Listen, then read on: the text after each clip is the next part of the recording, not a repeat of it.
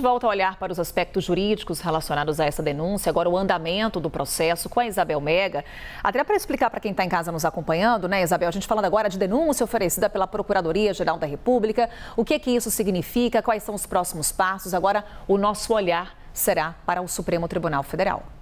Carol, uma pergunta muito básica que está todo mundo se fazendo é: Bolsonaro vai ser preso? Em caso positivo, quando isso vai acontecer? Essa é uma expectativa que é levantada tanto por aliados do ex-presidente da República quanto por oposicionistas. Carol, tem um processo jurídico enorme pela frente, Carol, que vai depender muito ali de como que as coisas forem sendo encaminhadas pelo ministro relator Alexandre de Moraes.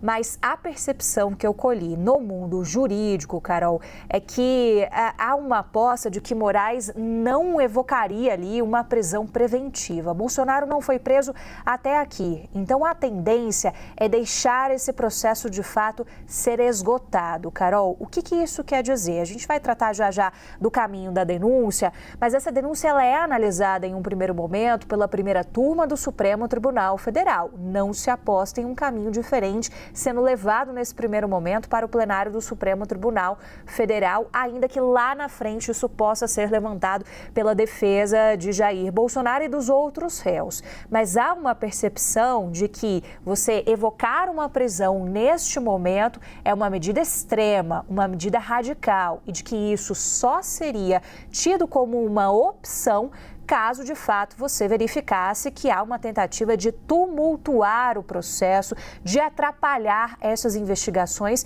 que vão ter que ser feitas agora também no âmbito do Supremo Tribunal Federal. Era aquilo que a gente estava explicando antes, Carol. Tudo agora vai ter que ser verificado. Essas pessoas todas que foram ouvidas nos inquéritos da Polícia Federal vão ser ouvidas novamente em interrogatórios conduzidos ali pelo gabinete do ministro Alexandre de Moraes. Então, não se aposta em uma prisão imediata, nem mesmo com a condenação, se ela vier de fato na primeira turma do Supremo Tribunal Federal, como se aposta principalmente ali no cenário político e também no cenário jurídico, tendo em vista a composição da primeira turma. Carol, não temos nenhum ministro na primeira turma que foi indicado, por exemplo, pelo ex-presidente Jair Bolsonaro, nem Cássio Nunes Marques, nem André Mendonça, que poderiam ter uma posição mais alinhada a ele. Então, só finalizando essa percepção, porque imagino que essa é uma pergunta que muita gente está se fazendo no momento, Carol, a avaliação mais provável de diversos juristas que eu conversei, que estavam debruçados sobre essa denúncia ontem à noite, lendo ponto por ponto, é de que uma eventual prisão de Jair Bolsonaro seria factível depois do processo chegar ao chamado trânsito em julgado, Carol.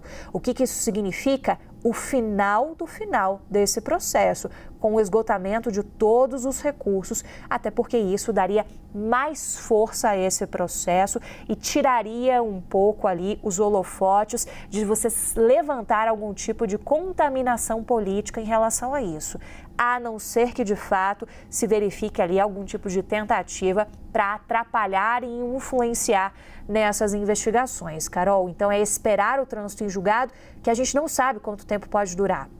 Se fala muito desse processo correr ao longo de todo o ano de 2025, Carol, mas recursos podem ser evocados pela defesa e são vários apontados ali nesses indiciamentos da Polícia Federal e agora na denúncia de Jair Bolsonaro, e isso a gente vai explicar mais pela frente, também pode embolar um meio de campo em relação às previsibilidades desse processo. Já explica agora, viu, Isabel Mega? Vamos aproveitar que você está com a gente, porque há essa expectativa por parte de muitos juristas que esse julgamento ocorra ainda em 2025, justamente para evitar essa contaminação política devido às eleições de 2026. A questão é, tem um passo a passo, tem um roteiro, estamos falando de um processo.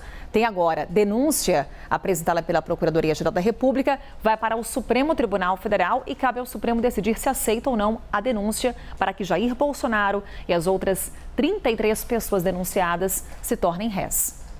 É isso, Carol. Bolsonaro está denunciado formalmente pela Procuradoria-Geral da República, assim como esses outros que a gente tem mencionado por aqui, né? Chama a atenção os militares envolvidos também, mas ninguém ainda está na situação de réu, Carol.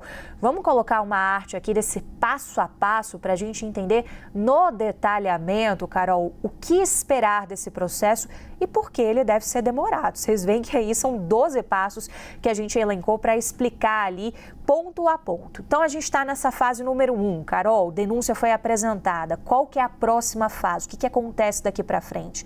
Você tem a abertura de um prazo de 15 dias para a defesa prévia. Depois, se houver ali contestação das defesas, o relator, que é o ministro Alexandre de Moraes, vai abrir vista à Procuradoria-Geral da República, ou seja, isso volta lá para a PGR e aí a PGR vai ter que dar uma resposta sobre essas contestações que devem ser apresentadas pelas defesas. A PGR tem um prazo de até 5 dias para dar essa resposta. A gente está ali nesse número 4 ali desse passo a passo. Aí a denúncia volta lá para o Supremo Tribunal Federal para a análise do ministro Alexandre de Moraes. Essa fase, Carol, não temos tempo de duração previsto. Vai depender realmente do ritmo dos trabalhos ali do gabinete do ministro Alexandre de Moraes. Mas quando finalizarmos essa fase, a gente entra de fato numa maior expectativa de julgamento, porque Moraes libera a denúncia para análise da primeira turma e aí os ministros, os 5 ministros da primeira turma, vão decidir se os denunciados vão se tornar réus ou não.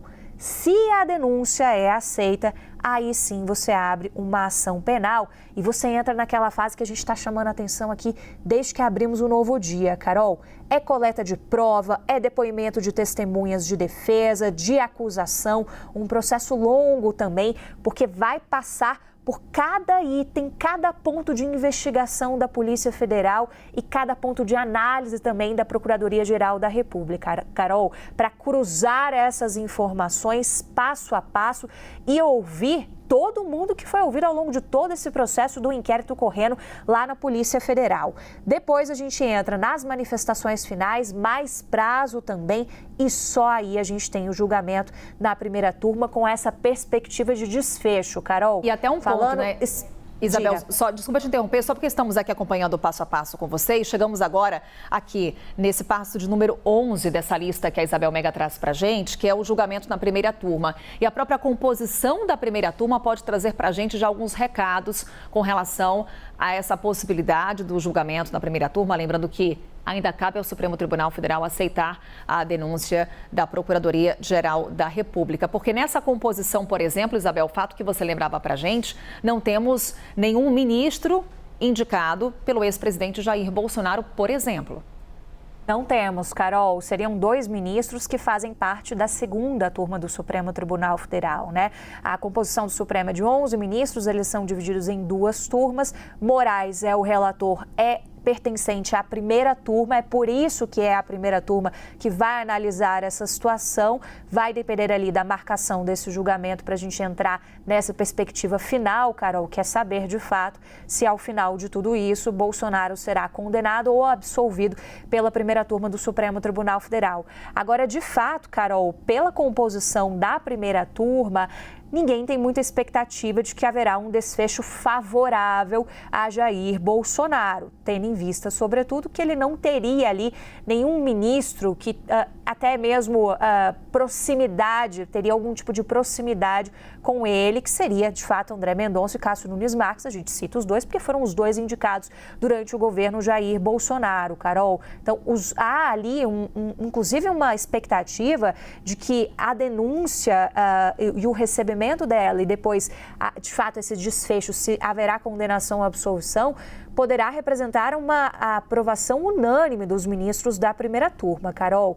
E a partir daí, o que acontece, né? Somente aí se teria a expectativa da defesa trazer ali, conseguir trazer o ponto de vista de que seria algo a ser analisado pelos 11 ministros da Suprema Corte. Antes disso, muito difícil na avaliação de integrantes do próprio Supremo Tribunal Federal, Carol. Então, se em algum momento esse processo vai parar na análise do plenário, seria somente depois dessa fase. Guarde em mente, então, portanto, obrigada, Isabel, trazendo para a gente o passo a passo com relação a essa denúncia contra o ex-presidente Jair Bolsonaro.